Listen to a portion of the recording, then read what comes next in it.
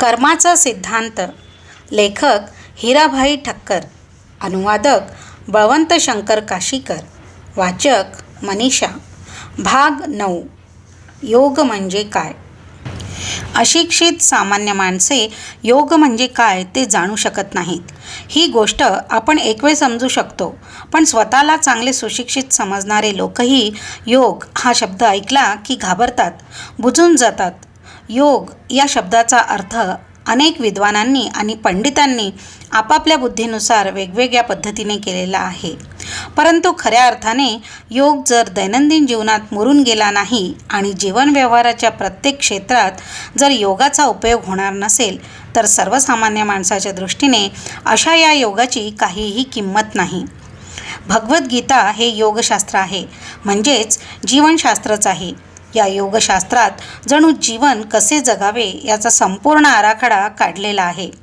यच्च यावत माणूस जीवनातील प्रतिक्षणी ज्या योगाचा म्हणजेच पर्यायाने ज्या युक्तीचा उपयोग करून आपले दैनंदिन जीवन सुखमय आनंदमय करू शकेल तो योगच त्याच्या दृष्टीने खरा योग होय.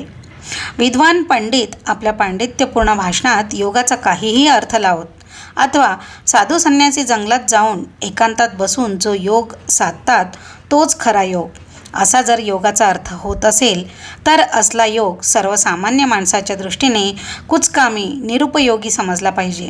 एखादा मिल मजूर असो वा मिल मालिक असो, लॉरी ड्रायव्हर असो वा मोटारीचा धनी असो, शेठ असो वा मुनीम असो, शिपाई असो वा अंमलदार असो, तेली, मोची, कुंभार, शिंपी, व्यापारी, चाकरमानी अशी समाजातील प्रत्येक क्षेत्रातली माणसे आपल्या जीवनाच्या प्रत्येक क्षणी खाता पिता, उठता बसता, नाहता धुता, नोकरी धंदा व्यापार करीत असता रात्रंदिवस जो योग साधू शकतील अशा उपयोगी व्यावहारिक योगाचा अर्थ नीट समजून घेतला पाहिजे. अनेक तथाकथित सुशिक्षित आणि अन्य मोठी माणसे योग हा शब्द कानावर पडताच बिचकून जातात. ते सांगतात, महाराज आम्ही योग तरी कसा करणार, कारण योग करण्यास आम्हाला बिलकुल फुरसत नाही. नोकरी धंदा व्यापार हे करण्यातच आमचा सगळा दिवस जातो, तर योग केव्हा करणार? सकाळी उठल्यावर घरात कोणी ना कोणी आजारी असेल तर त्याला घेऊन दवाखान्यात जावे लागते. रेशनिंग दुकानाच्या रांगेत तासनतास उभे राहावे लागते. नोकरी धंदा करून थकला भागलेला संध्याकाळी परत यावे तर नातलग यांच्या अनेक समस्या, दुसऱ्या संसारी बाबी आमची जणू वाटच बघत असतात. शांतपणे श्वास घ्यायलाही फुरसत नसते, तर कसला योगाभ्यास करणार? योग या शब्दाचा खरा आणि व्यावहारिक अर्थ या लोकांना माहीतच नसतो. असे लोक अधूनमधून कुठेतरी कथा प्रवचने व्याख्याने ऐकायला जातात आणि अशा ठिकाणी धंदेवाईक वक्त्यांकडून किंवा स्वतःला योगी म्हणविणाऱ्या लोकांकडून अशा काही गोष्टी ऐकतात ज्या योगे त्यांची अशी धारणा होते की योग म्हणजे 3-4 तास नाक मुठीत धरून बसणे किंवा झाडाच्या फांदीत पाय अडकवून तासनतास उलटे टांगून घेणे किंवा जमिनीत खड्डा खणून त्यात स्वतःला दीर्घकाल पुरून घेणे किंवा धुनी पेटवून त्यापुढे अंगाला राख फासून तासनतास ध्यान करीत बसणे इत्यादी अनेक विक्षिप्त गोष्टी करणे. अशा या प्रकारचा योग करीत बसणे त्यांच्यासारख्या संसारी माणसाला तरी कसे जमणार? योग शब्दाचा असा विकृत अर्थ डोक्यात भरल्याने सर्वसामान्य माणसांना योग या शब्दाबद्दल भीती वाटली तर त्यात काय नवल. भगवंतांनी योग या शब्दाचा सरळ साधा आणि प्रत्येकाला आचरता येईल असा अर्थ गीतेत स्पष्टपणे सांगितलेला आहे. योग हा कर्मसु कौशल्यम. गीता हे योगशास्त्र आहे, म्हणून योग या शब्दाची नीट आणि स्पष्ट व्याख्या त्यात दिलेली असणे अपरिहार्य आहे. कोणतेही कायद्याचे पुस्तक घ्या, त्यात जे खास शब्द वापरलेले असतात त्या शब्दांची व्याख्या त्या कायद्याच्या सुरुवातीच्या कलमात दिलेली असते. उदाहरणार्थ जमीन महसूल कायदा घ्या. जमीन म्हणजेच काय याची व्याख्या सुरुवातीच्या कलमात दिलेली आहे. कुळ कायदा घ्या, त्यात कुळ कोणाला म्हणावे, जमीनदार म्हणजे काय यांच्या व्याख्या सुरुवातीच्या कलमात दिलेल्या आहेत. याचप्रमाणे योगशास्त्र जे गीता त्यात योग या शब्दाची व्याख्या भगवंतांनी स्वमुखाने दिलेली आहे. योग या शब्दाची जीवन व्यवहारात प्रतिक्षणी उपयुक्त होईल अशी व्याख्या सांगताना भगवान म्हणतात, योग हा कर्मसु कौशल्यम. आपले प्रत्येक कर्म कुशलतापूर्वक करणे याचे नाव योग. प्रारब्धवशात माणसाच्या जीवनात त्याचे जे नियत कर्म निश्चित झालेले आहे ते कर्म त्याने संतुष्ट मनाने कुशलतापूर्वक केले तर त्याने योग केला असे समजावे. एखाद्या शिंप्याने अंगरखाबरोबर शिवला, एक बाही लांब व एक तोकडी असे न करता दोन्ही सारख्या केल्या आणि एकंदर कामात आपल्या कौशल्याचा एकाग्र चित्ताने उपयोग केला तर त्याने योग केला असे समजावे. एखाद्या मोच्याने गिराईकाचा जोडा चांगला बनवला. तो बनवताना त्याने अशी भावना ठेवली की जोडा पायात चढवताच गिराईक एकदम खुश झाला पाहिजे आणि त्यासाठी जोडा शिवताना एकाग्र चित्ताने त्याने आपले सर्व कौशल्य पणास लावले तर त्या चांभाराने योग केला असे समजावे. तुम्ही खडकाळ मार्गाने चालताना जर अशी काळजी घेतलीत की तुम्हाला बिलकुल ठेच लागणार नाही तर तुम्ही चालताना योग केलात असे म्हणता येईल. तुम्ही पाणी पिताना सावकाश व अशा स्थिर वृत्तीने ते प्या की तुम्हाला ठसका लागणार नाही तर तुम्ही पाणी पिण्याचा योग केलात असे समजा. तुम्ही कथा कीर्तन श्रवण करताना अथवा हे पुस्तक वाचताना अशा एकाग्र चित्ताने श्रवण केलेत अथवा वाचन केलेत की त्यावेळी तुमच्या मनात अन्य कोणतेही विचार येणार नाहीत तर समजा की तुम्ही योग केलात. याचप्रमाणे जीवनातील प्रत्येक कर्म तुम्ही कुशलतापूर्वक चित्तवृत्ती स्थिर ठेवून करू लागलात तर तुम्ही सदा सर्वदा योगस्थ आहात असेच म्हणावे लागेल. एक विद्यार्थी अभ्यास करताना एकाग्र चित्ताने अभ्यास करेल व खेळण्याच्या वेळी ही त्याचे चित्त खेळात पूर्ण एकाग्र असेल तर दोन्ही वेळी तो योगस्थ होत असतो, म्हणजेच तो योग करीत असतो असे समजावे. Work while you work and play while you play, that is the way to be happy and gay. योगशास्त्रात प्रणेते महर्षी पतंजली हे योगावरील प्रखर ज्ञाते समजले जातात. आपल्या योग सूत्र या ग्रंथात पहिल्या सूत्रात त्यांनी योगाची चपखल व्याख्या दिली आहे. योग हा चित्तवृत्ती निरोध. चित्तवृत्तीची एकाग्रता म्हणजेच योग आणि चित्तवृत्तीचा निरोध झाला म्हणजे कर्मसु कौशलम आपोआप होते. अशा तऱ्हेचा योग तुम्ही आजपासून नव्हे या क्षणापासून करायला सुरुवात केली तरच उपयोग. तुम्ही जर म्हणालात की नोकरीतून निवृत्त झाल्यावर, म्हातारपणी, अर्धांगवायू झाल्यावर, खाटल्यावर पडल्या स्वच्छता करण्याची शक्ती गेल्यामुळे सर्वांगाला दुर्गंधी सुटेल, अशा वेळी येईल तेव्हा योगाचा विचार करू तर ते योग्य होणार नाही. गीतेत सांगितलेला योग सामान्यातल्या सामान्य माणसाच्या दैनंदिन जीवनात प्रतिक्षणी जर आचरणात येणार नसेल तर गीतेचे 700 श्लोक तोंड पाठ करून रोजच्या रोज म्हणणे याला कवडीची देखील किंमत नाही. दैनंदिन जीवनात उपयोगी, साधी, सरळ आणि अगदी सामान्य माणसालाही सुलभ अशी ही योगाची व्याख्या समजून घेऊन आचरणात आणली तर माणसाचे प्रत्येक कर्म भक्तिमय बनेल आणि मग त्याचा भगवंतांशी योग होण्यास वेळ लागणार नाही. आता बघूया कर्म, भक्ती आणि ज्ञान या तीनही योगांचा समन्वय. गीता हे योगशास्त्र आहे. त्यात योगाचे 3 प्रकार केले आहेत: कर्मयोग, भक्तियोग आणि ध्यानयोग. गीतेत 18 अध्याय आहेत. पहिल्या 6 अध्यायात कर्मयोग सांगितलेला आहे. पुढील 6 अध्यायात भक्तियोग सांगितलेला आहे. 12व्या अध्यायाच्या शेवटी काही श्लोकात भक्तांची लक्षणे सांगितलेली आहेत आणि शेवटच्या 6 अध्यायात ज्ञानयोग समजावून सांगितलेला आहे. 13व्या अध्यायात ज्ञानाची लक्षणे आणि 14व्या अध्यायात गुणातीताची लक्षणे सांगितलेली आहेत. अशा रीतीने संपूर्ण गीतेत कर्मयोग, भक्तियोग आणि ज्ञानयोग यांचा सुंदर समन्वय केलेला आहे. जीवनात केवळ ज्ञानयोग, केवळ भक्तियोग किंवा केवळ कर्मयोग उपयोगी ठरणार नाही. या तीनही योगांचा समन्वय साधता आला तरच जीवन सुंदर होईल आणि तरच माणसाचे प्रत्येक कर्म चमकदार होईल.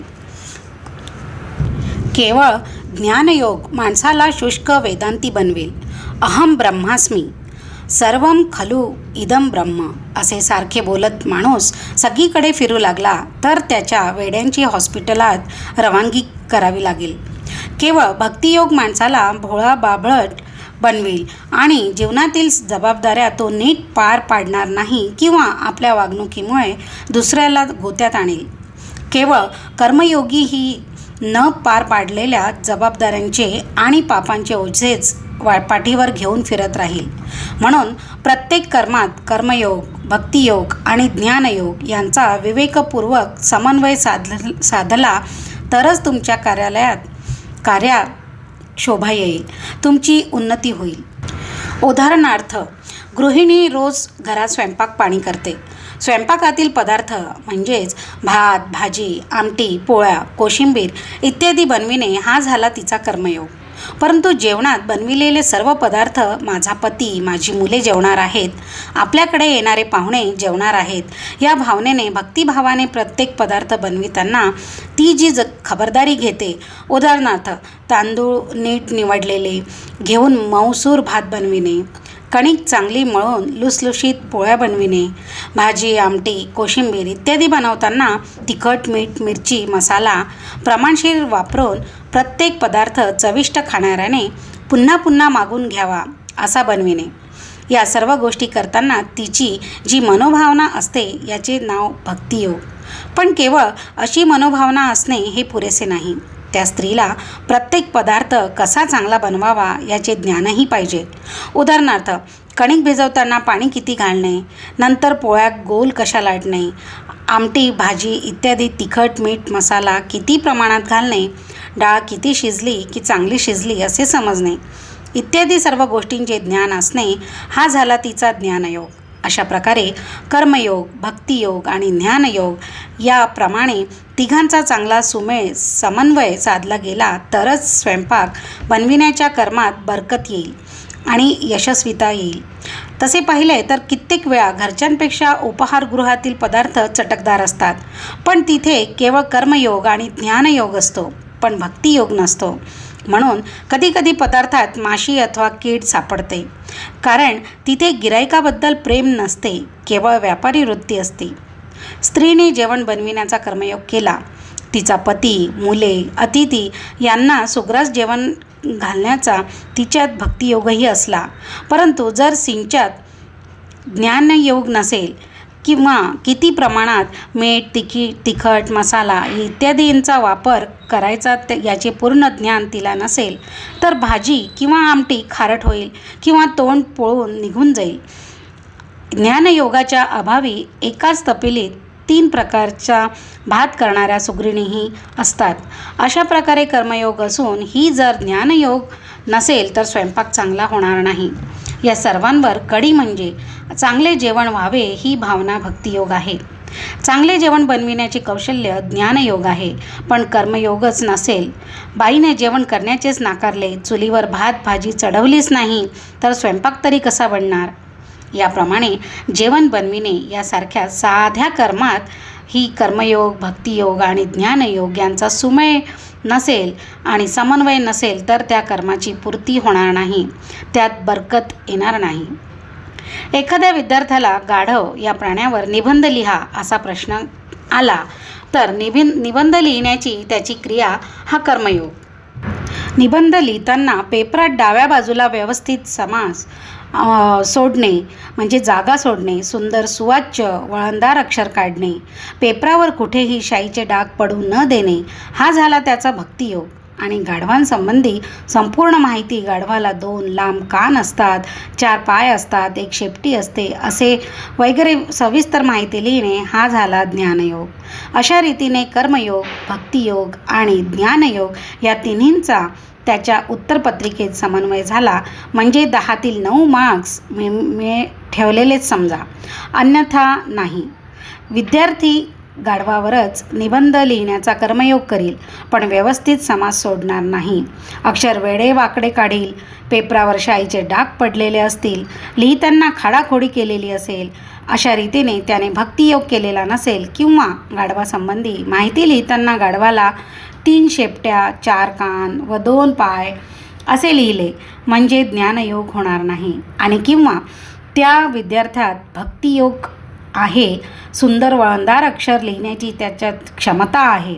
ज्ञानयोग आहे म्हणजेच त्याला गाढवासंबंधी पुरी माहिती अवगत आहे, पण त्याने कर्मयोगच जर केला नाही, म्हणजे एकही अक्षर न लिहिता उत्तरपत्रिका कोरीच परत दिली, तर तो विद्यार्थी नापासच होणार. अशा प्रकारची समज प्रत्येक कामात ठेवली पाहिजे. सरकार हल्ली निरनिराळ्या विकास योजनांवर कोट्यवधी रुपये खर्च करीत आहे, परंतु ठिकाणी कोणतीही बरकत, उन्नती, प्रगती पाहण्यात येत नाही. याचे कारण या सर्व विकास योजनात कर्मयोग, भक्तियोग व ज्ञानयोग यांचा समन्वयाचा अभाव असतो हे होय. एखाद्या गावात शाळेची इमारत बांधण्याचे कंत्राट एखाद्या कॉन्ट्रॅक्टरला दिलेले असते.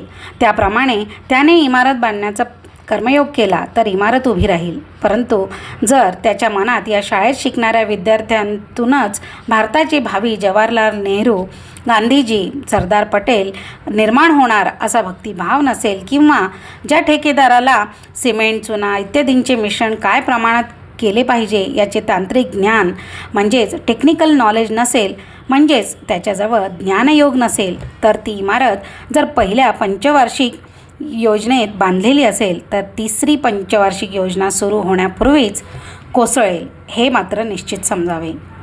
समजा माझे काही कपडे मळलेले आहेत, ते मला स्वच्छ करायचे आहेत. मला माहिती आहे की साबणाने कपडे स्वच्छ होतात, परंतु जर मी त्या कापडावर सतत साबण म्हणजेच ज्ञानयोग घासत बसलो तर ते कपडे फाटून जातील.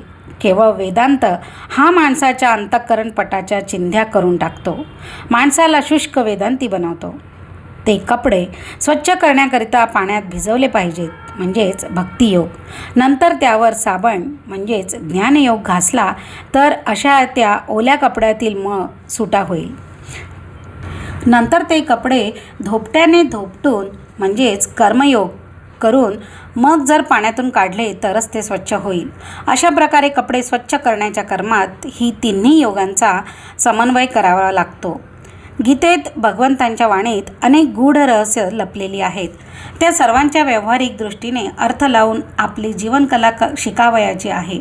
भगवंताने गीता ही काही मृत्यूपंथाला लागलेल्या म्हाताऱ्या कोतऱ्यांसाठी किंवा साधू संन्याशांसाठी सांगितलेला नाही. निष्काम भावाने कर्म करण्याच्या जीवनात भक्ती आणि ज्ञान जणू आपोआप स्त्रवू लागतात आणि त्यांना चित्तशुद्धीचे फळ आणायचे मिळतेच. महाभारतात तुलाधार वैश्याची गोष्ट सांगितलेली आहे. त्याच्याकडे निजली नावाचा ब्राह्मण ज्ञान मिळविण्यासाठी आला. तेव्हा तुलाधार म्हणाला की बाबा रे, माझ्याजवळ केवळ एकच ज्ञान आहे आणि ते मी माझ्या तराजूच्या दांडीपासून शिकलो. माझ्या तराजूची दांडी ज्याप्रमाणे पक्षपात रहित, स्थिर आणि सरळ राहते, त्याचप्रमाणे मी माझे मन शत्रू, मित्र, स्वजन, परके या सर्वांच्या बाबतीत निष्पक्षपातीपणा ठेवतो. सेना न्हावी, गोरा कुंभार, सावता माळे, मोमीन जातीचा विणकर, कबीर इत्यादी अगणित सामान्य माणसांनी आपले नियतकर्म व्यवस्थितरित्या आचरून भक्ती आणि ज्ञान मार्गात प्रवेश केला आणि अंती सर्वजण मोक्षाचे अधिकारी झाले. सेना न्हाव्याने लोकांच्या हजामती करता आणि लोकांच्या डोक्यातील मळ काढता स्वतःच्या डोक्यातील मळ म्हणजेच विषय विकार काढून टाकला. गोरा कुंभाराने कच्ची मडकी भाजून पक्की करताना स्वतःचे जीवनाचे मडके म्हणजेच आपले डोके पण पक्के केले आणि शुद्ध केले. सावता माळ्याने मळ्यात उगवणारे निरुपयोगी तण काढता आपल्या स्वतःच्या अंतःकरणात उगवलेले काम, क्रोध, राग, द्वेष तसेच विषय वासनांचे सर्व निरुपयोगी आणि हानिकारक तण म्हणजेच गवत मुळापासून उपटून काढून टाकले. कबीराने वस्त्रे विणता आपल्या अंतःकरणाचा पट आणि आपले जीवनरूपी वस्त्र ही सुंदर विणले आणि ते परमात्म्याला समर्पित केले. दादू पिंजारी कापूस पिंजण्याचे काम करी, तेव्हा त्यांच्या पिंजणीतून तुई असा आवाज येई. त्यावेळी दादू पिंजऱ्याला तूही सर्व तूच आहेस असा दृष्टांत झाला. याचे नाव कर्मयोग, ज्ञानयोग आणि भक्तियोग यांचा समन्वय. समष्टीच्या कल्याणार्थ, ईश्वर प्रित्यर्थ माझा भगवान खुश हो या भावनेने केलेले कर्म किंवा एक निष्काम कर्म भक्ती बनते. निष्काम भावनेने केलेले कर्म आपोआप भक्तीत परिणत होते. असा कर्मयोगी भक्त आपल्या इंद्रियांद्वारे संसारी विषय भोगीत असला तरी विषय भोगण्याची त्याची प्रत्येक क्रिया परमात्म्याची पूजाच होऊन जाते.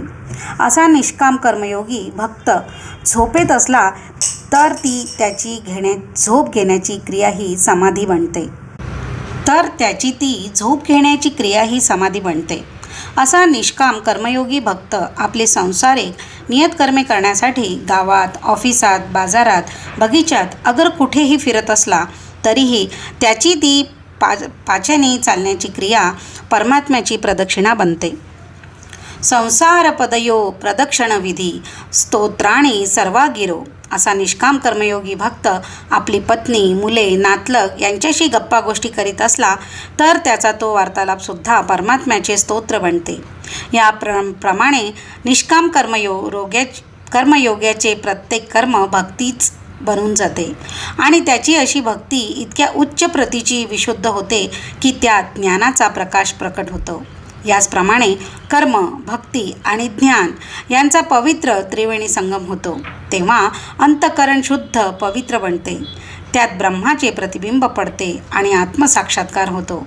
भक्तीत न भिजलेले कर्म म्हणजेच मिथ्याचार बनते आणि भक्तीचा ओलावा नसलेले ज्ञान पण वांझोटे बनते. कर्म आणि ज्ञान यांना जर भक्तीचा ओलावा नसेल तर दोन्हीही निरर्थक. आणि भक्त कोण तर बघूया. तू आपले नियत कर्म कर, दुसऱ्या उचापती करू नको. म्हणजेच परमात्म्याच्या या विशाल विश्वयंत्रात तू केवळ एक अतिसूक्ष्म अशी केवळ स्पेअर पार्ट्स आहे. म्हणजेच परमात्म्याच्या या यंत्रातला एक अत्यंत सूक्ष्म अंश व्यक्त करण्याचे तू माध्यम आहेस. तू ईश्वरी इच्छेचे अत्यंत लहान पण अतिमहत्त्वाचे असे वाहन आहेस. एखाद्या कारखान्यातील मोठ्या यंत्रातील एक लहानसा स्क्रू जरी ढिला पडला तरीही सर्व मशिनरी यंत्रणा बंद पडते. ईश्वरी योजनेचे हे महान यंत्र कार्यप्रवण करणे ही तुझ्या आवाक्याखाली गोष्ट नाही. या यंत्रातील लहानात लहान स्क्रू परमात्म्याने अत्यंत विचारपूर्वक बसविलेला आहे. ही मोठी यंत्रणा चालविण्याचे तुझे सामर्थ्य नाही आणि ती तुझी जबाबदारी पण नाही. पण तुझ्या वाट्याला आलेले लहानात लहान कर्माचा तू त्याग केलास किंवा ते करण्यात काही प्रमाद केलास तर या मोठ्या यंत्रणेचा नुकसान करता म्हणून तुझी गणना होईल आणि परमात्म्याचा तू अपराधी ठरशील. हा विचार मनात ठेव.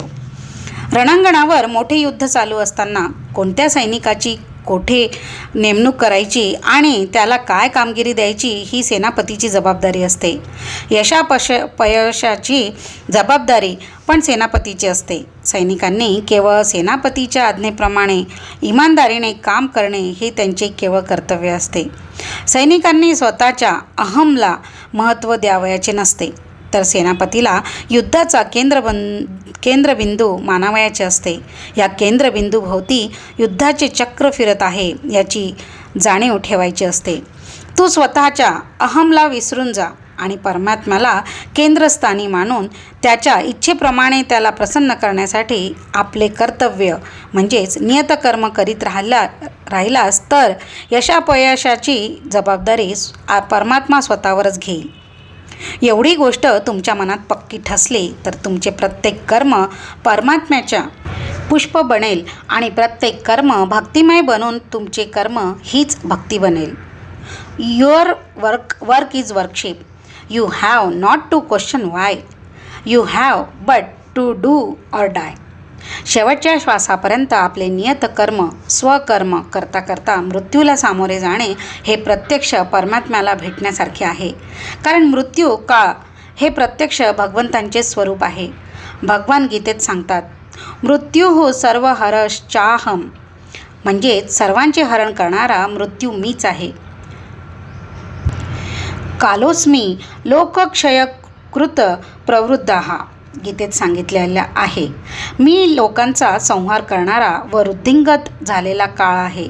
मृत्यू ही माझी विभूती आहे. मी काळस्वरूप आहे. मी काळाचाही काळ आहे. म्हणून मृत्यूला सामोरे जाताना भीती नसावी. उलट परमात्म्याशी आपले मन मिलन होत आहे असा आनंद वाटला पाहिजे. परम संसिद्धी म्हणतात ती हीच.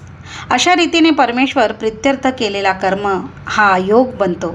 अशा रीतीने प्रत्येक कर्म भक्तिमय बनते आणि असे भक्तिमय कर्म करणाऱ्याच्या अंतःकरणात आपोआप ज्ञानाचा प्रकाश उगवू लागतो आणि मग कर्म, भक्ती व ज्ञान यांचा एकाच वेळेस उदय होतो. भगवान ही गोष्ट स्पष्टपणे समजविण्यासाठी जनक राजाचे उदाहरण देतात. कर्मणैव हि संसिद्धिं अस्तिताः जनकादयः लोकसंग्रहमेवापि संपश्यन् कर्तुम् अर्हसि. जनकादिनी कर्मानेच उत्तम सिद्धी मिळविली. यासाठी व लोकसंग्रहाकडे लक्ष देऊनच तुला कर्म केलेच पाहिजे. कर्ममार्ग हा स्वतंत्र साधना मार्ग आहे आणि सर्व उच्च नीच जातींना आचरण्यास तो अत्यंत सुलभ आहे.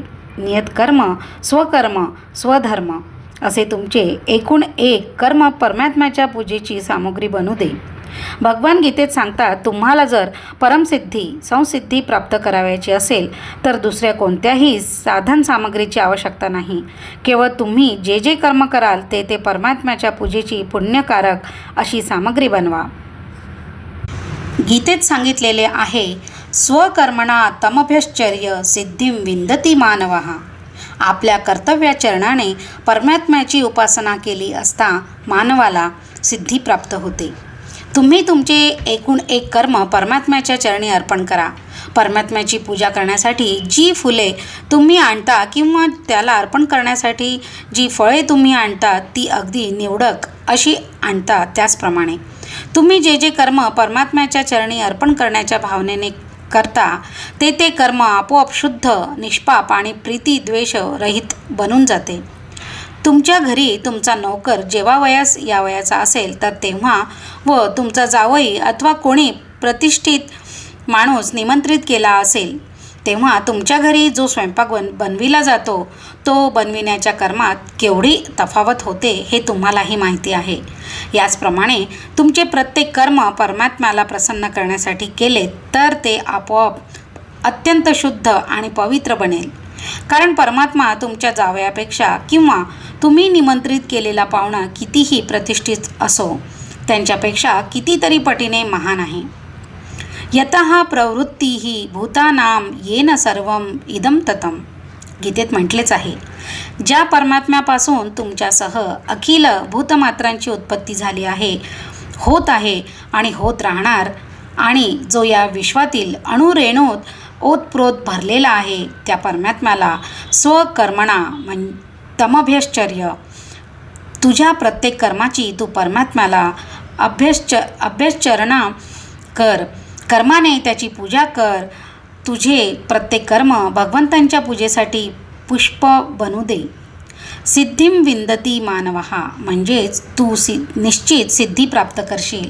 त्यासाठी वनात जाऊन काही उग्र तपश्चर्या साधना करण्याची जरूर नाही किंवा कमळे वा गुलाबाची फुले जमा करण्याची आवश्यकता नाही. तू संसारात राहून तुझे जे नियत कर्म असेल ते भक्तिभावपूर्वक ईश्वराप्रित्यर्थ परमात्म्याला संतुष्ट करण्याच्या दृष्टीने ते तू करशील तरच ते प्रत्येक कर्म परमात्म्याच्या पूजेचे पुष्प बनेल. भगवान गीतेत स्पष्ट आज्ञा करतात, यत् करोषि यदश्नासी यज्जुहोषि ददासी यत् पश्यासी कौंतेय तत् कुरुष्व मदर्पणम. हे कौंतेया, तू जे करतोस, जे खातोस, जे हवन करतोस, जे दान देतोस व जे तप करतोस ते सर्व मला अर्पण कर. भगवान पुढे म्हणतात, स्वे स्वे कर्मण्याभिरतः संसिद्धिं लभते नरः.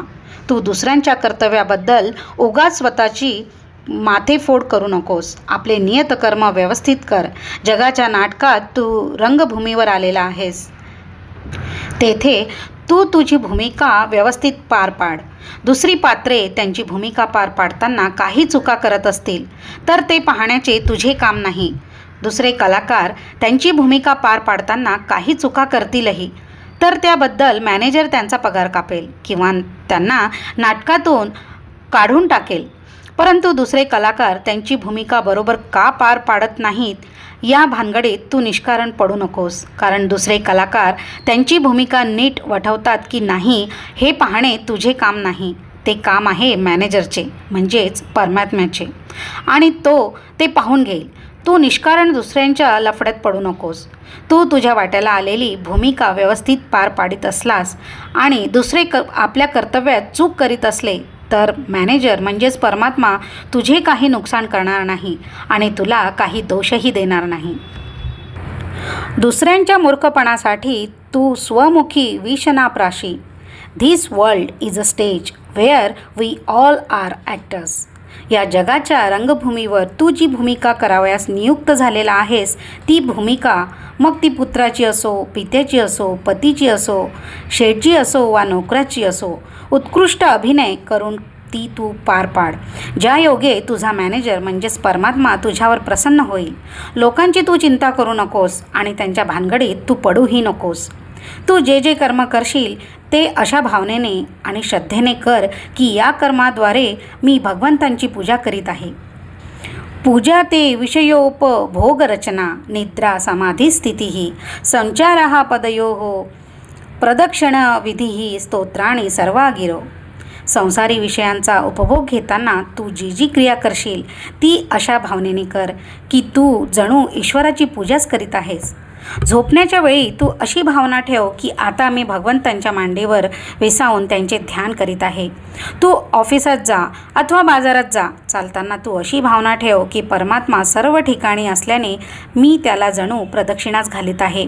घरात, बाहेर, बाजारात, ऑफिसात ज्या ज्या ठिकाणी बोलत असशील तेव्हा आपल्या वाणीचा असा चांगला उपयोग कर. कुठेही दुर्वचन करू नकोस. वाणीद्वारा मी जणू परमात्म्याचे स्तोत्र गायन करीत आहे असे तू अशी भावना ठेव. सर्व भूती परमेश्वर आहे अशी निश्चित भावना झाल्यावर माणूस समोरच्या माणसाशी आदरपूर्वक बोलेल, जणू तो भगवंतांशीच बोलत आहे. अशा भावनेने तू आपले प्रत्येक कर्म केलेस की ते भक्तिमय बनून जाईल, भक्तीत परिणत होईल. असे झाले की मग तुला झांजा वाजवून शिरा ताणवून भगवंतांचे भजन करीत तासनतास बसण्याची जरुरी नाही किंवा निरनिराळ्या मंदिरात जाऊन देवाला राजी करण्यासाठी प्रत्येक मंदिरात मूर्तीपुढे लोटांगण घालण्याचीही किंचितही गरज राहणार नाही. स्वकर्मणा तमभ्यश्चर्य. आपल्या म्हणजेच नियत कर्माद्वारेच तू भगवंतांची अभ्यर्चना म्हणजेच पूजा कर. पूजेसाठी गंध, पुष्प, अक्षता, प्रसाद इत्यादी सामग्रीचा काही आवश्यकता नाही. तुझे प्रत्येक नियत कर्म हीच पूजेची सामग्री आहे. पूजा करण्याची भावनाच मनात नसेल तर केवळ पूजा करण्याचे कर्म पार पाडले तरी त्या पूजेला काही किंमत नाही. एखादा भंगी आपले सफाईचे कर्म मन लावून पार पाडित असला तर त्याचे ते सफाई कर्म भगवंतांच्या दृष्टीने एक उत्कृष्ट पूजाच ठरते. आणि एखादा ब्राह्मण अभ्यर्चनेची भावना मनात नसताना शिवलिंगाची पूजा करण्याची केवळ विधी पार पाडित असेल तर त्याची ती पूजा म्हणजे भगवंतांच्या दृष्टीने केवळ वेठबिगारी ठरते. परमात्म्याच्या या महाविराट जगयंत्रात प्रत्येक व्यक्तीला एक विशिष्ट कामगिरी सोपविलेली असते. अशा त्या कामगिरीला त्या माणसाचे नियतकर्म, स्वकर्म, स्वधर्म असे म्हणतात. प्रत्येक माणसाने स्वतःला दिल्या गेलेल्या स्वधर्मात जागृत राहून सावधानीपूर्वक ते कर्म पार पाडले पाहिजे. अशीच भगवंतांची आज्ञा असते, इच्छा असते. एखाद्या गृहस्थाने त्याचा गृहस्थाश्रमाचा जो स्वधर्म म्हणजेच स्त्री पुत्रांचे संगोपन, त्याचप्रमाणे अन्य संसारी जबाबदाऱ्या पार पाडणे हे करण्याचे सोडून बेजबाबदारीने तो जंगलात जाऊन धुनी पेटवून योगी वैरागी बनू लागेल किंवा संसारी बाबा बनेल तर असा पलायनवादी गृहस्थ परमेश्वराचे दरबारात गुन्हेगार ठरतो व तो भिक्षेला पात्र होतो. भगवान गीतेत सांगतात, स्वधर्मे निधनम श्रेयः परधर्मो भयावहा. एखादा गृहस्थाश्रमी माणूस आपला स्वधर्म सोडून स्त्री पुत्राधिकांचा त्याग करून किंवा नोकरीधंदा सोडून परधर्म संन्यास धर्म स्वीकारेल किंवा एखादा संन्यासी आत्मचिंतन, अनासक्ती योग वगैरे स्वधर्म सोडून इंद्रिय लोलुपतेने गृहस्थ गृहस्थ धर्म स्वीकारू पाहिल तर ते दोघेही दुःखी कष्टी होतील व स्वधर्म त्यागाचे गुन्हेगार ठरतील. परमात्म्याने प्रत्येक मनुष्याचा स्वधर्म नियतकर्म त्या त्या माणसाच्या पात्रतेचा पूर्ण विचार करून ठरवलेला असतो. परमात्मा माणसाहून अनेक पटीने हुशार आहे. अरे रे, परमात्म्याने माझ्या मागे हे काय लचण लावले आहे, असा परमात्म्यावर ठपका ठेवून स्वधर्माचा त्याग करणे म्हणजेच परमात्म्याच्या इच्छेचा अनादर करणे आहे. ईश्वरी योजनेत हस्तक्षेप करण्यासारखे आहे आणि परमेश्वराच्या अधिकाराला आव्हान देण्यासारखे आहे. समष्टीच्या या अवाढव्य कारखान्यातील विशाल यंत्रात तुम्ही एक अत्यंत छोटे चक्र आहात आणि परमात्म्याने विचारपूर्वक तुमची या यंत्रात विशिष्ट जागी योजना केलेली आहे. त्यात तुमच्या जागी स्थिर राहून जगन्नियत त्यांच्या या महान यंत्रात तुमच्या वाट्याला आलेले काम, तुमचे नियतकर्म, स्वकर्म, स्वधर्म निष्ठापूर्वक परमात्म्याशी एकनिष्ठ राहून त्याच्या आज्ञेप्रमाणे तुम्ही बजावले पाहिजे. त्यात तुमच्या अल्पबुद्धीचा वापर करून ढवळाढवळ करण्याचा वृथा प्रयत्न करू नका. मी LLB पास करून वकील झालो त्यापेक्षा मी MBBS डॉक्टर झालो असतो तर आजच्या 10 पट कमाई मी केली असती, असा कुविचार करून आता 50व्या वर्षी आपली वकिली म्हणजे स्वधर्म सोडून दवाखाना उघडून बसलात, म्हणजेच परधर्म स्वीकारलात तर अनेक रोग्यांना यमाघरी पाठविण्याच्या पापाचे तुम्ही धनी व्हाल. कारण परमधर्मो भयावह. प्रत्येक माणसाचे स्वकर्म नियतकर्म नक्की असते. जन्मल्याबरोबर बालक आपले स्वकर्म स्वधर्म जाणते. त्याला भूक लागल्यावर कोणत्या जागी तोंड लावून दूध कसे प्यावे हे ते स्वतःच जाणते आणि या गोष्टीच्या मागे परमात्म्याच्या अलौकिक प्रेरणेचे बळ असते. आई आपले स्तनाग्र केवळ बालकाच्या तोंडाला लावते, परंतु दूध कसे ओढावे हे आपले स्वकर्म स्वधर्म घटकेपूर्वी जन्मलेले बालक परमात्म्याच्या अतर्क्य प्रेरणेने आपोआप जाणते. बालकाने दूध कसे ओढावे याचे शिक्षण माता त्याला देत नाही, ते ज्ञान उपजतच त्याला असते. त्याला भूक नसली की मातेने जबरदस्तीने स्तनाग्र त्याच्या तोंडात कोंबले तरीही बालक दूध पित नाही. घोड्याला तहान लागली की पाणी कसे प्यावे हे आपले स्वकर्म आपला स्वधर्म घोडा जाणतो. त्याला तहान नसताना जबरदस्तीने तुम्ही पाण्यापाशी नेलेत तरीही तो पाण्यात तोंड बुडवणार नाही. लहानपणी विद्यार्जन करणे हा माणसाचा स्वधर्म आहे, त्याचे ते नियतकर्म आहे. नंतर विवाह होऊन गृहस्थाश्रमात प्रवेश केल्यावर स्त्री पुत्रादिकांचे पालनपोषण करणे, संसारी जबाबदाऱ्या अंगचुकारपणा न करता ते पार पाडणे, अभ्यासगताचे स्वागत आणि समाजातील अन्य आश्रमवासीय संबंधी जबाबदाऱ्या म्हणजेच अतिथी संन्यासी यांचे स्वागत इत्यादी पार पाडणे हा प्रत्येक गृहस्थाश्रमी माणसाचा स्वधर्म आहे. हे त्याचे नियतकर्म आहे. याचप्रमाणे वानप्रस्थ संन्यासी यांची नियतकर्मे त्यांचे स्वधर्म निश्चित झालेले आहेत आणि त्यांनी ते स्वधर्म स्वकर्मे निष्ठापूर्वक ईश्वर प्रित्यर्थ केले पाहिजेत. आपल्या कर्तव्यात चुकता कामा नये. ब्राह्मण क्षत्रिय वैश्य शूद्र या प्रत्येकाची स्वकर्मे स्वधर्म समाजधारणार्थ शास्त्रात नियत झालेले आहे, निश्चित झालेले आहे. माता पिता पुत्र पती पत्नी या प्रत्येकाने आपल्या मर्यादेत राहून आपला स्वधर्म सांभाळला पाहिजे. आपले स्वकर्म निष्ठेने बजावले पाहिजे. दुसऱ्यांच्या स्वकर्म स्वधर्म आणि नियतकर्म यात कोणीही ढवळाढवळ करता कामा नये आणि आपला स्वधर्म कधीही बदलू नये. थंडीच्या दिवसात गरम कपडे वापरणे हा स्वधर्म. उन्हाळ्यात अंगाची लाही होणार नाही असा आहार घेणे, कमी उकडेल असे कपडे वापरणे हा माणसाचा स्वधर्म होईल. पावसाळ्यात छत्री घेऊन बाहेर जाणे हा स्वधर्म होईल. सकाळी उठल्यावर शौच मुखार्जन करणे, दुपारी आपला कामधंदा नोकरी करणे, रात्री निजण्यापूर्वी भगवत स्मरण करून दिवस चांगला पार पडल्याबद्दल परमेश्वराशी कृतज्ञता व्यक्त करणे, याप्रमाणे प्रत्येक दिवशी प्रत्येक ऋतूत सदा सर्व काळ सर्व अवस्थात आपले नियतकर्म करीत राहणे हे माणसाचे कर्तव्य आहे. देश काल परिस्थिती यांचा विचार ठेवून बदलत्या परिस्थितीचा विचार ठेवून आपला स्वधर्म स्वकर्म यांचे आचरण करीत प्रत्येकाने राहिले पाहिजे. अशा प्रकारे भाग 9 येथे पूर्ण झाला.